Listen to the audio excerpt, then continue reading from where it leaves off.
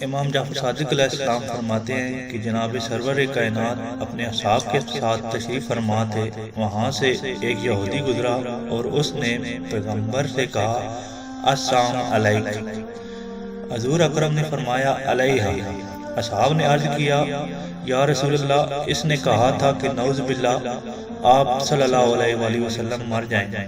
آن جناب صلی اللہ علیہ وسلم نے فرمایا میں نے بھی اس کو یہی جواب دیا کہ تو مر جا۔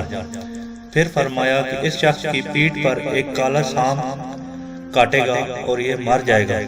یہودی وہاں سے چلا گیا اور جنگل سے سوکھی لکڑیاں جمع کی اور فوراً واپس آیا۔ جب جناب رسول خدا صلی اللہ علیہ وآلہ وسلم کے سامنے سے گزرنے لگا تو آپ نے فرمایا لکڑیوں کو زمین پر رکھ دے۔